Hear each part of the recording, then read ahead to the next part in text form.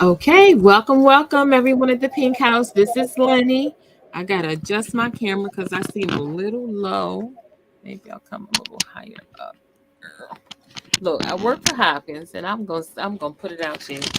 They so cheap. We don't have cameras in our computer, and so Uh-huh. they gave us these that you can plug in. And so, Uh-huh. girl, it's the worst thing for me to try to adjust in line. I said, now they are so cheap. We can't get a computer that has a camera inside. So okay, all right. My background is a little whatever, but okay, we're gonna work with that. All right, I think that's better. All right, guys. So we are here, and I'm excited about this conversation. In the interest of full disclosure, this young lady and I are a part of a Facebook group, a support group for breast cancer survivors, for people undergoing a disease process at the present time, and just various people that are in this support group. And that's how we met. And so I wanted her to come on and share her journey with you guys so that it could benefit us all. And so this is going to be Shawanna Bendolph. Am I saying it correctly? It Bendolph. Shawanna Bendolph. Bendolph.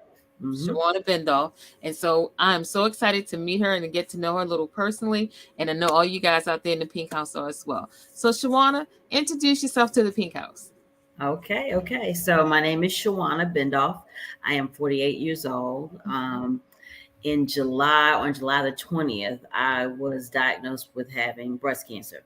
Um, 2023, July 20th, 2020. that's So, right, okay. All 2023. right. I had invasive carcinoma in my right breast. And how I found out about it is I always get mammograms. So Okay. the thing is, I'm really big on early detection. Okay.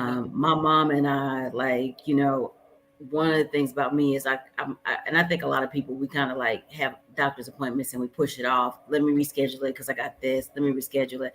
So like my mammogram for the last 8 years, me and my mom, we make a day of it. We Okay. go and do shopping, go get our mammograms together. And we've been doing this for 8 years. And so this time went and did that. And because we did that, and I always did it every year, same time every year, Mm-hmm. that's how it was detected. So the interesting thing was I never felt a lump. I never had any pain. I would have never known that I had breast cancer if I didn't get a mammogram. Wow. So I'm like really super big about, early detection because honestly, I told my mama, you saved my life. And because if I wouldn't go, then I had to hear all that. So, mamas do. Yep. So, like that's a big deal. So So, that's how I, ladies, everybody out there, takeaway right now is early detection. Please get your screenings. Please get your mammograms. So, you heard it right here with Shawanna. She says she would not have known had she not been getting that mammogram. So, that's Mhm. definitely a major takeaway. And so, Yeah. once you got the mammogram and you get the call, what was the next step? Well, how did you react The when you air, got that the phone air call? came out of my entire body. That's how Wow. I react. I mean, like I was absolutely stunned because on my mom's side, I don't have there's nobody on my mom's side. There's no one that has had any kind of cancer. On my dad's side, my dad hasn't had cancer, but he has three sisters that did have breast cancer. Oh, okay. But I have no cousins, no one else. So No I other was really, history of it. Yeah. yes, I was super surprised, that this was happening. I have a daughter that is getting ready to be 16 in a couple of days. So, it just was like your life kind of flashes before you because it's like, oh my God, like what am I supposed to do? What am I going to do? A lot of anxiety. It's just a lot. And so after that, I, got in touch with a surgical oncologist. I got in touch with the doctor that talked to me. We went forward and spoke to the surgical oncologist, medical Mhm. oncologist, plastic surgeon team, and I had surgery. I decided to do a double mastectomy with reconstructive is what I Okay. decided to do. And I really thought about it because like I just really didn't want to be in a position where I have to, like feel like it could come back, because it Right. really bothered me. Um, it bothered me that I had cancer. Like I feel like this journey has been more mental than Mm-hmm. it was physical. You know what I mean? Oh, Um, exactly. 100%. I do. yeah, so it's like it's hard, because it's like you tell me I got cancer, but I can't go and take it out. You know what I Right. mean? Like I Right. can't do anything about it. And so, for me, I was really frustrated at first, because like when I found out I had cancer, my expectation was next week. Let's go Let's be take done. it out. Yeah, because I'm like, this is crazy. Like, we know this shouldn't be here. Let's get it So are out. you still actively in treatment or where are you at now? I am in treatment still. Okay. So Actively. for, Yeah. for me, what happened was, the doctor, I did the surgery, Okay. got the implants on the 19th of September.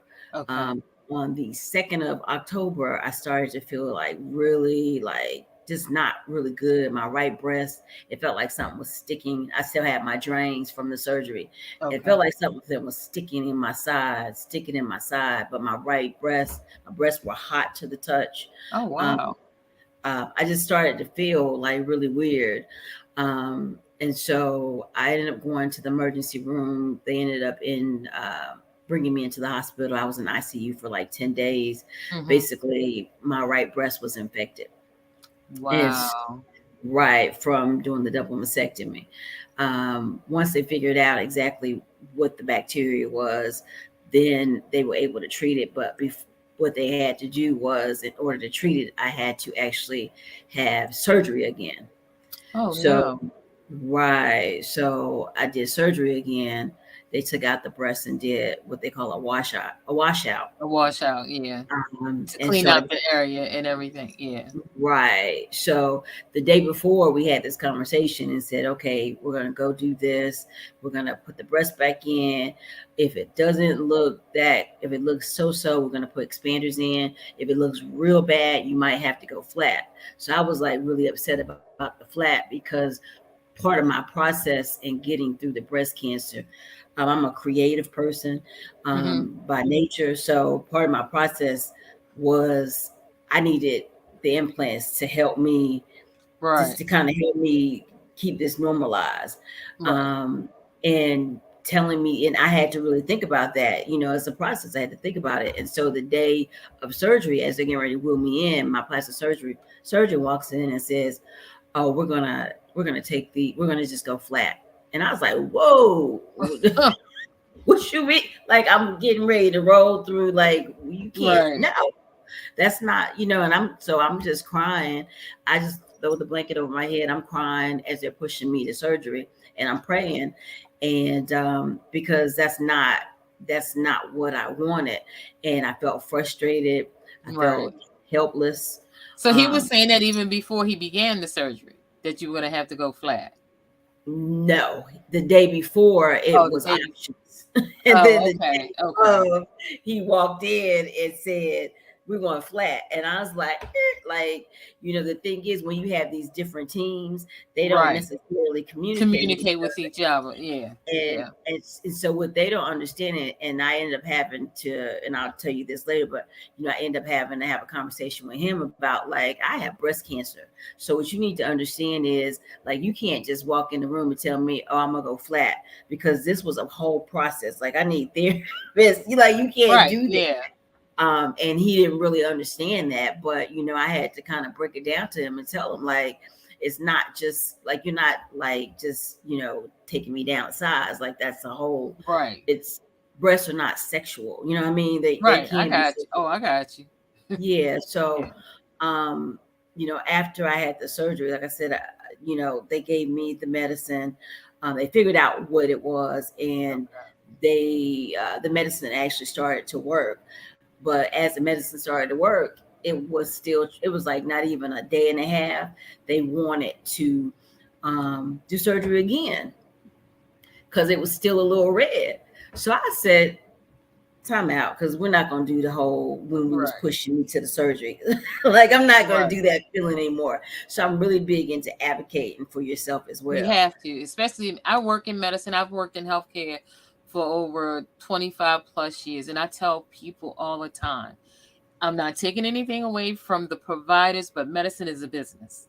It is a Yes, business. it And that's why is. I tell people you have to be your best advocate when you're Absolutely. dealing with, do your research, ask questions, take somebody with you when you have certain appointments. Because especially if it's emotional like breast cancer, we're not hearing it all. We're still processing the emotion of having it or whatever. Let somebody else hear those questions and write information down because it's a business, It is. and I tell people that all the time, especially older ones that they are so used to what a doctor says is law. You know what I mean? The doc said I got Mhm. to do this, so I got to do it. And I say this to my mom, and I have these conversations all the time. I'm like, honey, this is a business. And so Yeah, before that's right. we jump to do this surgery from that surgery, no, this is a business. We're gonna have to rethink this. Yeah, right. And I fully agree with you because at that point I kind of felt like are you we just making money now? Like you just I told my settle mom the one doctor she had, I said, okay, you done already paid for her deck. And then what else she trying to get you to pay for? right. What else am I It buying today is.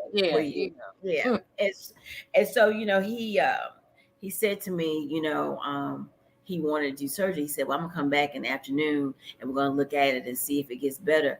And I was frustrated because we figured out what was causing the infection. Right. You gave me the medication, and I haven't been on the medication not even 2 days, not even a whole day to be To honest, like see a it day and really a half. work. Yeah. Right, to see if it works. And I'm like, dude, you had me in here for like almost 10 days on just liquids. So, and that didn't work. So like now you figured it out. Like that doesn't make sense. So when he Right. came back, before he came back in the afternoon, one of the nurses, I kind of got with her and I said, "Hey, do me a favor. Can you tell me some information?" So I asked her, what was my white blood count when I came in? What is it now? Like, what was Right. it? And so when he came back in, I basically made sure I had information is If what you I make did. right. And so when he came back in, he started talking about the surgery. And so I'm looking at him like, I'm gonna just let him say what he says because I'm trying to be a good patient. I'm Right. trying not to be that patient, but I can't be that patient. Um, and so he says, "Yeah, I think we really need to do surgery." And I'm like, "Okay, this will be like the third surgery in like less than 3 weeks. I'm not down for Yeah. that. First of all, my body was like really tired, and I'm with you. Like it's a business, and just because the doctor says that, like that does not That's not mean what's best for that's right. you. Yeah. Right. And I'm thinking too, like I need information. Like you just can't tell me that's what we're gonna do. So I Right. said to him, "Hey, why do you feel like I need to have surgery so bad, like for the third time?" And so he said, "Oh, this is an aggressive bacteria. And a lot of people, they come through and they have breast cancer, and we just go flat with them." Like, and that was like what he said. So I was like, "Oh, okay." I said, "Well, we're going to change the treatment plan. This is what it's going to be. And this is why." And he looked at me like, I, Up. s- Up. I Somebody said, more educated here. Somebody done got some information. "Yeah, you're playing." And so Mm, I explained to him, I said, "First of all, let's talk about you having me go flat." I was like, "Let me explain to you. I had have breast cancer. And what you don't understand is there's a lot that goes along with having breast cancer. And it's a process that women have to go through. Like you can't come in here and tell a woman, oh, we're just gonna go flat, when the discussion has always been, this. Like that's not right. how that works. I That know wasn't the that discuss. Right. you just want to like push me off here, but that's not how this works. It's a lot that goes into this.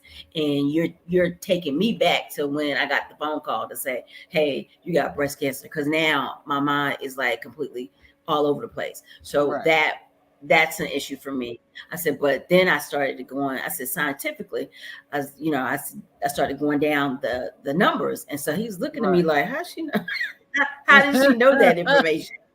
And so I said to him, like, you got me, had me on this IV for like 6 days to see if it worked, right? And he was like, yeah. And I was like, and now you came in here yesterday, you told me this is what the bacteria is. You figured out what's gonna, fix it. I said, how about we do this? How about you let me stay on this medicine for about 7 days, see if it works. If it doesn't work, if I feel sick, I promise you, I'm going to come back to the hospital, because what I'm not going to do is, lose my life over, as I said to him, as for some titties. I'm not going to do Right. that. Right. It's not going to Right. happen. So, like, that's what we're going to do.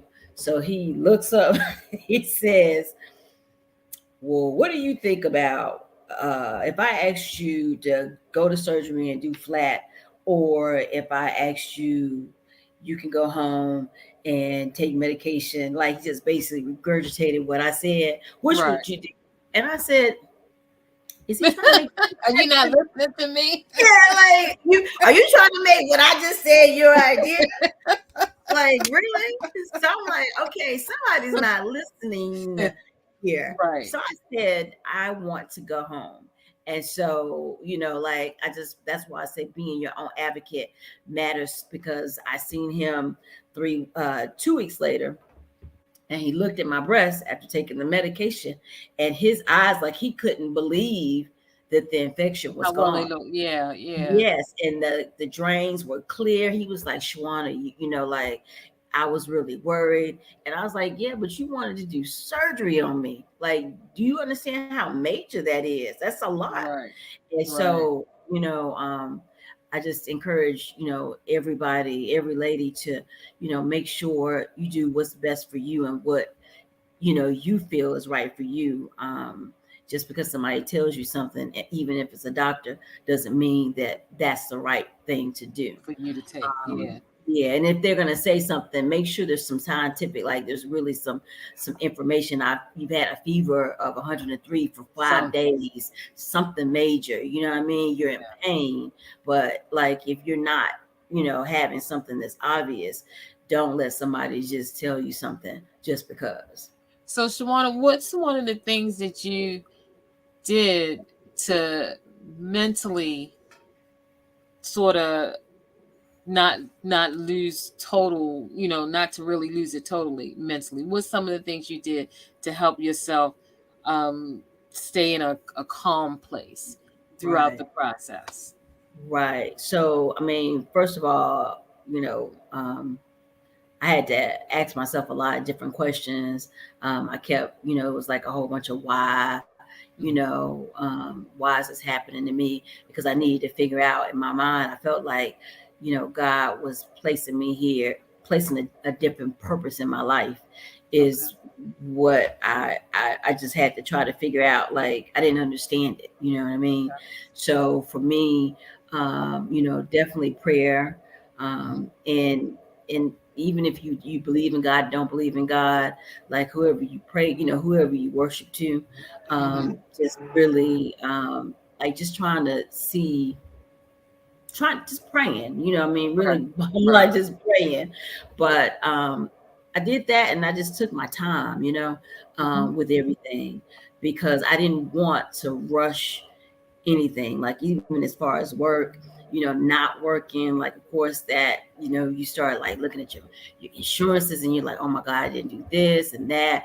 And so because you got all this other stuff that you're starting to, having to worry about. Right. But when I stopped going to work, because I needed to take care of this, and this is serious to the point that if you don't pay attention, it can take your life, Right. and taking my life can mean a lot of different things for other people, for my child. Right. So I had to make sure that I was calm, just really um taking my time, you know what I mean? Right. Like I had to slow down, because I was going real fast, because it was a lot of information. And so I had to like slow it down Yeah, and because just it really comes at you like a bullet train. The moment you get that diagnosis, it's like, whew, you're on the onslaught of information and decisions that you have to make in such a short period of time. They just roll at you. And so you do yes. have to figure out a way to process it and slow it down, because it can be just so overwhelming. Hmm. Absolutely, absolutely. And that's that's really, honestly, that was really what helped me, because of course you go through the crying process, because it's frustrating because you don't know which way to go. And the best thing for me was to like slow all of that down and Mhm. just stop it and do one thing at a time, and take my time, with it. And if I was working with a doctor, just let them know, like, look, this is when I need this information. Mhm. um and until I got that information, I didn't move on, because Right, I just right, needed to take my time. So that's honestly what helped me out, was taking my time, with everything. Because if you just move too fast, you start making mistakes, and then you start just being frustrated on top of the anxiety and frustration you already have, right. that naturally comes with the diagnosis. So that was interesting. One of the questions that tend to ask the ladies that I talk to, but you said you stopped work, is did they get support from work, those that continue to work while they were undergoing this? And it's interesting. I always get a mixed answer for those that continue to work, because it's like everybody is not always that supportive. That's the sad part about when you're dealing with a disease process or whatever. You would think the automatic thing would be people would show compassion. They would be like, not that you're walking around, oh, woe is me, but they would Right. still understand that, but I found in the past for those that had to stop working or what have you, I think that might have put them in a better headspace, because then you don't have to worry about the people at Right. work. you know, Right. it takes that element of it away from there. But Yeah. And yeah, that's how I felt. That's one of the things. I mean, like, I my the management team, at the company I work for, they were like, take your time, like they want me to take my time, do what you need to do. And like, if you're working, you got stresses, deadly, you got other things, oh and yeah. it's just, you just can't. It's hard to do that because this is big, it's not a little thing at all. And I'm gonna um tell you, I have told people this about my own cancer. I tell them I was in such a high stress environment for such mhm. a sustained period of time that no, to this day, and I'm just totally convinced of it, nobody can convince me otherwise, that I really do feel like remaining in that state of flux like that with that high stress was a big contributing factor to me developing it. I'm a firm believer of it. I do. Yeah. And so now on the other side of it, everything is very stress free. I'm not gonna let you elevate me to, you know what I mean? It's like, it's just so different Know what you in how mean. I approach Yep. stuff. Just so different, because Yep. I tell people all the time, stress is a killer. And having a disease process like that, it feeds off of those negative emotions. It feeds off of that type of stuff. And so I was like, once I understood that, then I went into the mode, I'm not I just not gonna entertain it. I can't, I just can't I'm like, do it. No, I'm with you, and that's the thing. That's why I said, like, I had to do a lot of thinking just about, like, like, almost like just changing my whole life, life pattern. Like you said, you don't entertain certain things, and yeah, it's like you like looking at every little thing in your life as to what do I need to do different, how I need to approach things different, and that's what I did. And that's what I do now. And I look at things like, if you tell me something that's drama, I'm gonna say, oh, okay, hope you take care of that. right. See ya. Or if I gotta look, you gotta bill, you gotta pay. I don't have it right now, but I have it. It is what it is. So I'm not gonna be like stressed out, let anybody else stress me out, because I'm with you as well. I feel like stress is a big factor, in this cancer. And that's one of the things they tell you, that it is. And it's interesting you say that, because what I found out about the cancer that I had was it was feeding off progesterone and estrogen. And it's Mhm. interesting because I've always been on birth control, like Okay. forever. And I stopped birth control like say 6 months, 6, 7 months beforehand. And so, and I know it was some other women that have felt this way, but I feel like birth control had some sort of, I feel like it had something to do with Oh, the cancer. I believe it. I believe it. I believe I it. really Yeah. do. Like I just, like it's just like, you sit when you have time to think about things, and I'm like, wait a minute, I stopped doing that, and I was having issues with my body when I. That's the reason why I like stopped, and when I found out like why, like what it was feeding off of, I was like kind of like blown away. But to fast forward, I told you I had the surgery, Mm-hmm. and they took out a lymph node as well. Okay. And the lymph node, there was no traces of cancer, Wonderful. right? Which I was like, thank you, Jesus. And then also they took out all the cancer in my breast. So Beautiful. currently I So they came am, back with clear margins once they, yeah, yes, I'm cancer beautiful. free. So Beautiful. I know, right? I'm super like, it's interesting. That's why I said I feel like it was a purpose because I found out July the 20th that I had breast cancer. I had my surgery on the 19th. They removed the cancer. And, it's a blessing to be able to say that, like the process was that fast because Right, it's fast for something like right. that to happen. It's drastic and it's fast, but a lot of ladies don't have that No, they they don't. don't Yeah. have that same Because story.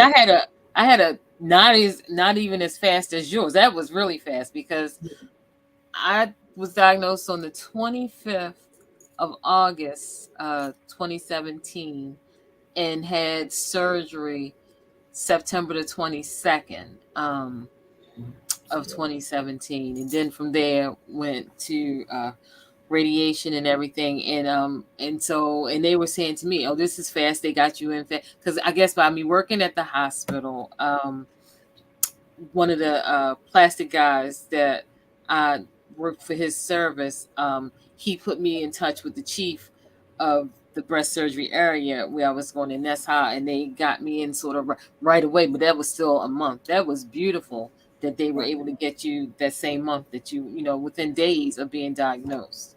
Yeah. Uh, yeah, to have your surgery. That was beautiful. Yeah. It's like I said, it's a blessing, so Because even in that's that group that where we met, I read so many ladies asking the question, is this normal? I was diagnosed this day and months have passed and they still, and I'm like, oh girl, that's why I tell people. Then you start screaming to people, okay, who I need to see to, start advocating, saying something, because you're right, everybody doesn't have that swiftness with it. You go, you have this done, and then it's like, okay, who's dropped the ball? How come I haven't gotten a call to go to the next step and that type of thing? Yeah, we see that a lot in that support group on Facebook that we're in. Yeah, and that's and that, like I said, I one of the first things that I did when I found out, I said, okay, I'm gonna get into some of these support groups, Mm-hmm. and honestly, I had to stop some of them for a minute because you get in there looking for encouragement, and you get that, but then you see people that you're like, oh my God, I cannot believe this is happening, Yeah, to this lady.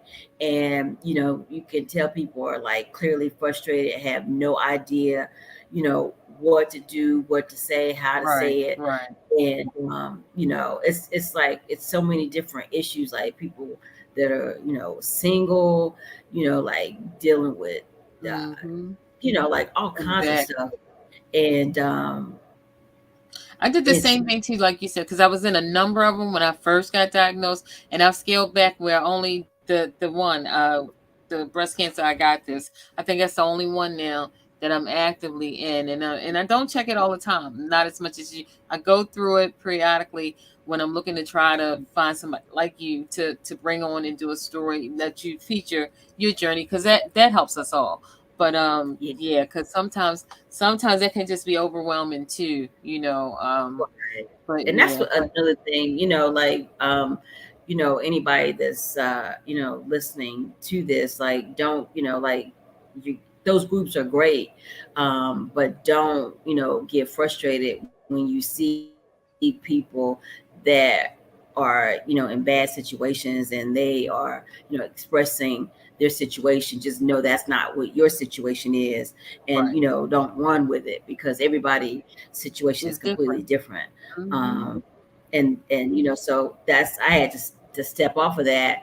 But like I said, it's a lot of thinking, because it's a lot of mental things that go on when you have breast cancer. Just how to process it, just every little thing. You think about the people that are around you that didn't step up when you need them, to step up. It's just a lot of things that are happening, at one time. But I just, my journey now is, I'm in the process of creating a nonprofit called Rosa's Place, and that's my Okay. mom's name.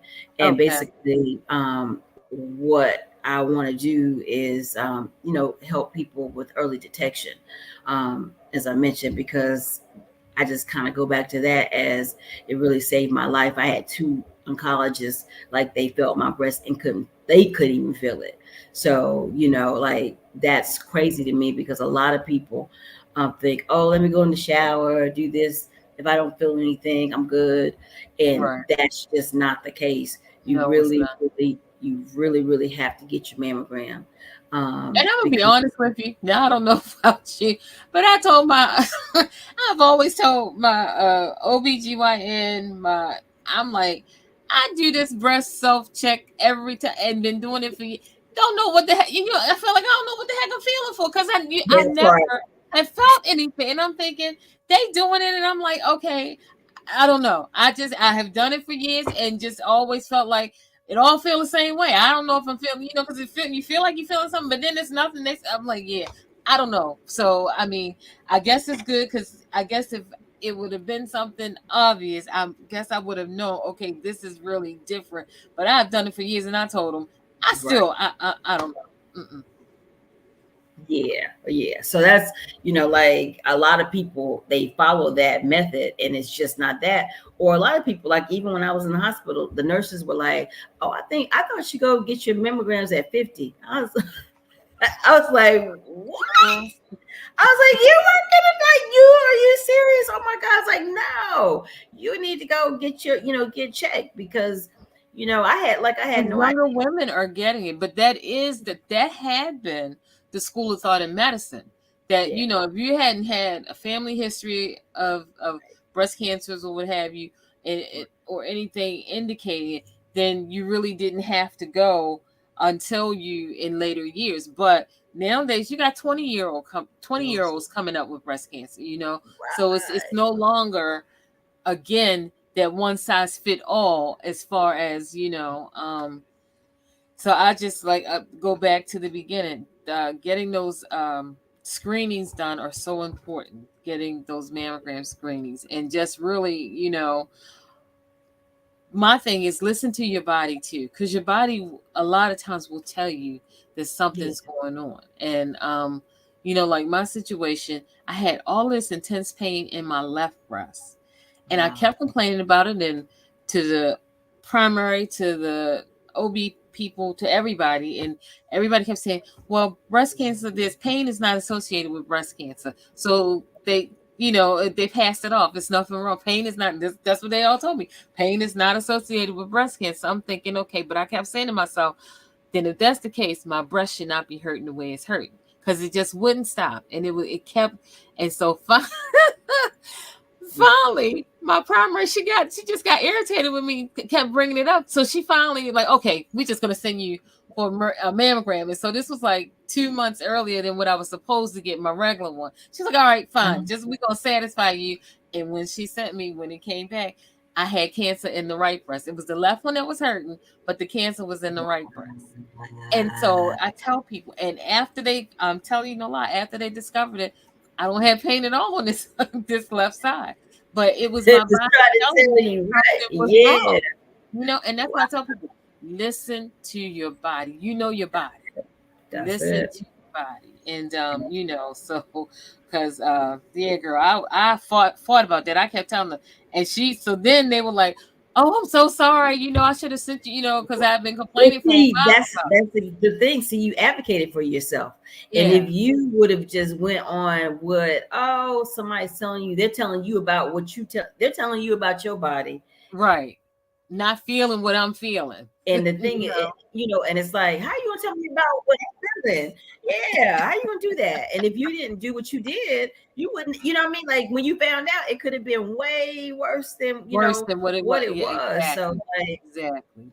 So yeah, yeah, like that's the so second thing. Please advocate for yourself. Know your body. You know when something is not right. Even if you can't, verbalize it, articulate it, pinpoint it, it's something that's not, it's out of the norm. It's different than what you're used to. And you gotta just make them listen to you. You that's know. it. And it Yeah. don't feel bad about Right. if they take it the Advocate for wrong yourself. way, if they get offended, if they get snappy. Don't take it, like keep pushing, because at the end of the day, if you don't advocate for yourself, if something happens, it's you that's gonna, Yeah. Yeah. it's at the end of the day, if it's right or wrong, it'll be you that bears the consequences. So Exactly. like, like I said, I'm super big on advocating, because I think that, I mean, I know that saved me again with, trying to have a third surgery. I don't So then honestly, with your treatment modalities, you didn't have to do radiation? right. So I didn't have Okay. to, I don't Good. have to do Okay. radiation or chemo. I Okay. do have to take the pill. And what's interesting is I started taking that tomorrow. I actually got it on Friday. Okay. So um, we'll see how that goes. Hot flashes. Uh, so if you see anybody on the news that ran through the grocery store naked or got off the airplane naked, it was probably me. Oh, Okay. shoot. Because now I know I think the first hormone they had me on was the anastrozole, and I have degenerative joint disease. I tell you, I had all my joints are jacked up. Uh-huh. I have the worst joints, and I'm prepping actually now for knee replacement for my left knee. So one of the side effects of this anastrozole is joint pain. Well, girl, so I took Oh, it for like about, I think I made it through to like a year and a half. uh-huh. I finally had to say to my oncologist, I can't take it no more. I mean, I was crawling. I could barely Oh, walk. That's how bad. I mean, I was so far away from my baseline, and that's not good. Anyway, so she was like, okay, well, we're going to take you off of that, but put you on something else that's in the same class of drugs, and you might eventually get to the same effect, but at least you'll be able to use it for a while and see. And so then they switched me to exemestane, and I was on that again for like a year and a half, and then couldn't take it anymore because the joint pain was just so bad. And so I finally made the decision for myself. I'm not advocating this for nobody else, but I made the decision after I thought about it. So I said, look, my quality of life is shot. I can't function and really, do at my baseline. And I told her, I said, I just want to stop. I don't want to take the hormone anymore. And so she listened to me, and she totaled up. So about maybe like almost 4 years combined with the two medicines, because they really want you between 5 and 10 years on this stuff. And I right. was like, so she said, well, she felt like I had gotten the maximum benefit out of it for the number of years I had already taken it. So she was okay with me stopping it or what have you. And so far, I haven't had any issues. I haven't since then. But I just couldn't anymore, girl. I'm like, girl, I told her, I said, I can't function. I said, I'm in so much pain. It was crazy. So, What yeah. did what did you do as far as your surgery? Like, did you do reconstructive? What did you decide to do? Say that last part to me. I didn't hear the Did question. you do reconstructive or No, like no, no. I plastic? didn't have to do reconstruction. Well, I have a prosthesis that I use. They Uh-huh. which was really interesting the way they did it. They used the iPad to where they take pictures of you and everything, all angles and all that kind of stuff, and you get to pick out the nipple. They have the sample nipple colors and stuff to match you as closely, and all these samples of this. I guess it's the silicone that they use. And so they built me a prosthesis that I insert on that side um, when I want to look Oh, wow. fuller. Because like when I'm getting dressed up or whatever, and I want to, so that's when I use it. But like for every day, I'll have on a Right. sports bra, and I just, I call myself SpongeBob SquarePants on that side, and so yeah, so that's what I did. I just used the prosthesis or what have you. But girl, I tell you, and it is it's a mental thing. It is it's just Yeah. mental. A lot of it's mental. And I did have to do 26 weeks of radiation. I did 26 weeks of radiation. And Mhm. it's interesting because, and that's why I Mhm. say too, I know they try to not overload you with a lot of stuff. Um, because I was going through the radiation and they said, oh, it's gonna be like a sunburn. If you ever had a sunburn, it's gonna be like a mild sunburn. I'm like, okay. And so I'm doing this, doing this, girl, all of a sudden, and you, because it's gradual, then you start seeing how you're starting to look really charred. Like, wait Uh-huh. a minute. And then I started having like these the day I finished my radiation, 2 days later, I was back for wound care because I started having these skin eruptions where it would just be, like raw, it'd be open and raw. And she said that was because now all that burnt skin was gonna slough off. Girl, I Ooh. was like, well, I said, nobody told me that. They She ain't tell me, look, they ain't tell me said, all that. yeah, they don't try to tell you that in the beginning because it's like, why? I guess why freak you out, until you Right. dealing with it or what have you. Yeah, so for like 9 months, I couldn't wear a bra and had to be in a. They make you these little like they look like beaters out of gauze, and that's what you wear, burn gauze or what have you. Oh, girl, it was an interesting process. It was something, but Yeah. yeah. Mhm.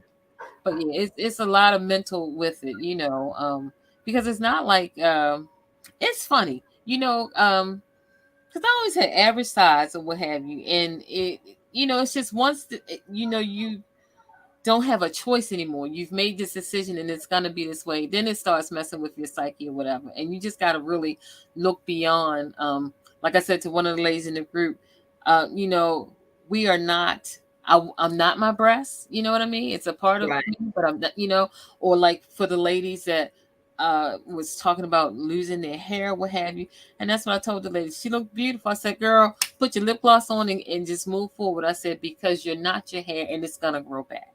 That's It will grow back. Yeah, I said, and so you gotta somehow navigate your mind to the positives of it in order absolutely. for me to cope. You gotta see the positives of it in order Yeah. to cope with it. Yeah. Mhm. Yeah. I mean, I definitely agree with you. That's why I said, for me, I've always been like a double D. So I've always been kind of heavy chested. Mhm. And I I felt like that wasn't defining me, but that was what I look like, Right.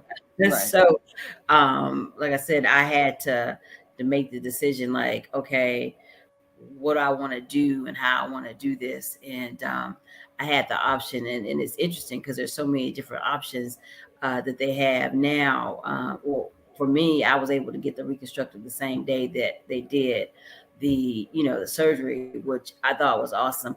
And Yeah. even like talking about doing like the nipples and things, like they Mhm. can create nipples like out of your own skin, which is Wow. like right, which is crazy to me because I just thought about I thought I was going to get the tattoo, and Right. then they said no. Well, we can create an actual nipple, and then we get it from your skin, create the nipple, and then we can tattoo that nipple, which I'm like, that's amazing. Right. So like you said with your situation, like it's amazing at the things that they can do to make you feel natural.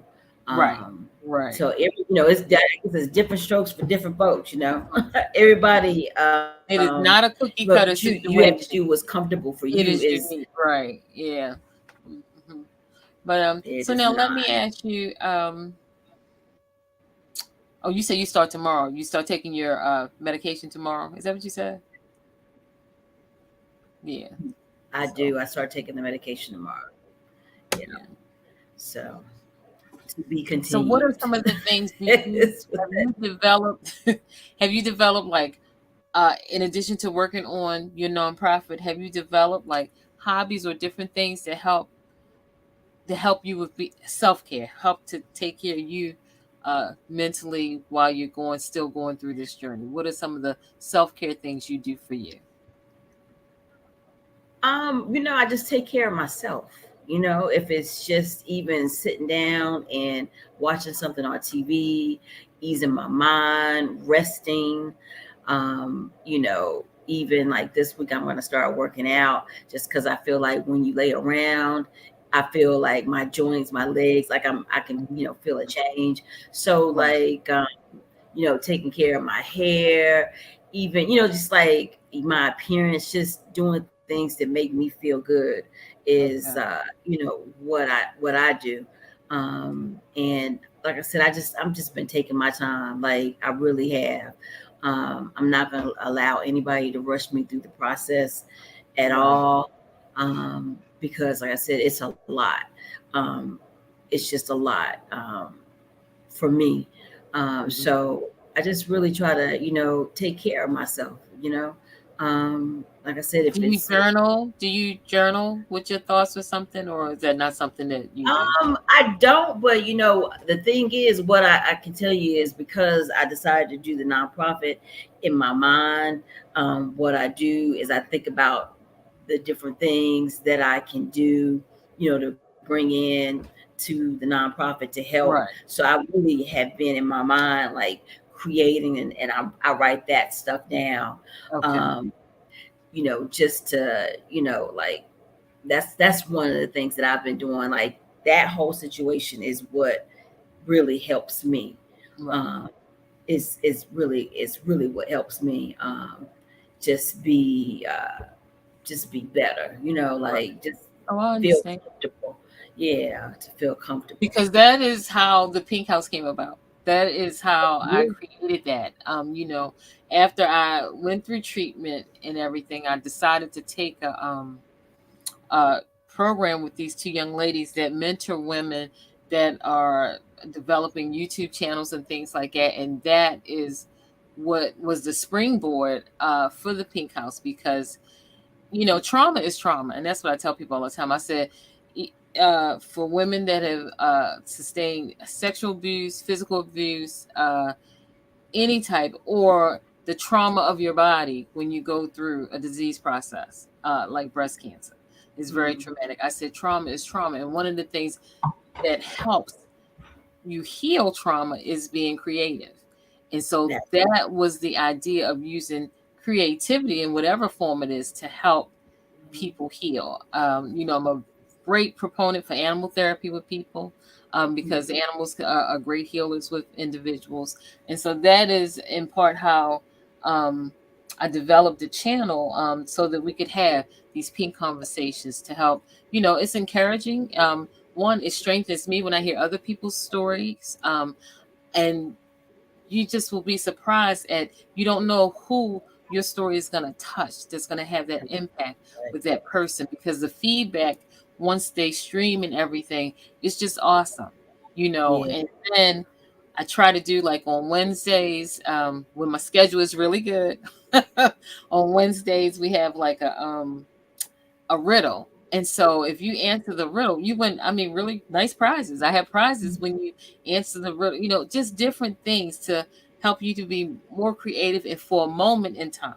It's not going to Mhm. totally take it away, but for a moment in time, you're thinking about something else besides your disease process. And that's sort That, of how, the Pink House came about and the slogan is that we grow strong women because creativity. I think back to when I was a young girl and coloring, drawing, all of those type of creative outlets, they just made me feel happy. They were the things that, and so to reintroduce myself to them and then to bring it to other people to say, try this for a moment or what have you. And that's right. sort of how it came about as a result of that. So, the channel will be 2 years old in January coming. It'll be 2 years. Wow, that's Yeah. awesome. Yeah. And So you so got I'm me excited excited about about that. this. Yeah, that's exciting. Yeah, and That's this past October, as you know, was our third year and handing out the Pinkhouse Pamper Packs, and right. this year They was the and best year yet. So it's growing, it's doing things, it's helping women the way I wanted to help women, and so yeah, yeah. I, Well, I and thank you for that as well. It was oh, wonderful. honey, It was my awesome. pleasure. It was my pleasure. Yeah, Yes. and so, Yeah. and that's It what it is. I definitely touched my find heart. It made me feel that good. when you start trying to help others and think about other people, because that's what it is. I know what helped me when I was going through it, because I might have actually got it from the National Breast Cancer Foundation. So I think maybe the hospital, the nurse navigator, may have Mm-hmm. put my name in to get, they call it a hope kit, to get a hope Mm-hmm. kit. I And seen that's that. what gave me the idea, because it was like, because I even to this day still have like the travel mug and all of those things. And I thought, you know what? That's what I want to do. Give women that type of kit to help them know, one, you're not by yourself, and that somebody is thinking and praying for you, Right. during this journey. And I find that, like you said, it's those things, like you said, thinking about your ideas for the nonprofit and what you want to do and all of that type of things. Those are the things that help you heal you as well, because it's Okay. that creativeness that's really helping you to, it's Get bringing about past. your own healing as well. Yeah. Yeah, because like it for me, like I just wanna encourage and help other people. Yeah. Because like you said, like exactly what I'm going through. Oh, And unless you've been diagnosed, you have like no idea. You could say, "Oh, okay, oh, okay, you got breast cancer." But if you didn't have breast cancer, you don't get it, because like breast cancer, like I got something in my breast that I can't. yeah. You know what I'm saying? Like it's Right. Just you trying to don't. hurt me. It's trying to hurt me, and I can't do anything about it. So you don't. If you didn't have it, shut up. Right. Like Right. Thank you, but yeah. no thank you. Thank Right. you. Exactly. Yeah. Exactly. So, like what you're doing is amazing, and I really appreciate you for having me on here speaking. And I, definitely will support you. Um, I think it's awesome what you're doing. Girl, I told you, we pink sisters, honey. We are now forever joined, forever linked, and I will definitely be there in any way I can to support you in your efforts and what you're doing as well, because that's that's the other part of it, the connections, Yeah. the relationships that you make and build. I've made some really special relationships in doing this and having these conversations or what have you. And Mhm. it's so interesting too, because I asked, one of the questions I asked, when you hear this term, tell me what it means to you, even though you are going through still not finished with your treatment. I had a doctor say this to me, that to him, you become a survivor the moment they tell you you have breast cancer. That was his thing. The moment you hear the diagnosis and know that you have it, he says you become a survivor. So when you hear the word survivor and survivorship, what does that mean to you? For me, it means going through something, turmoil, overcoming an obstacle.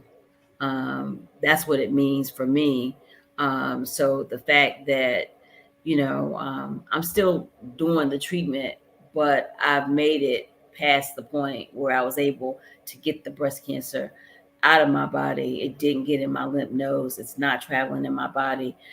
For me, that is what I call that's a survivor to me. Yeah. And also a survivor is a person that you mentally don't let this cancer overtake you, because it can, and it tries to, but making sure that your mind stays right um, through the process is part of being a survivor as well. Yeah. Um, is what I think when I think about a survivor. I just think about overcoming.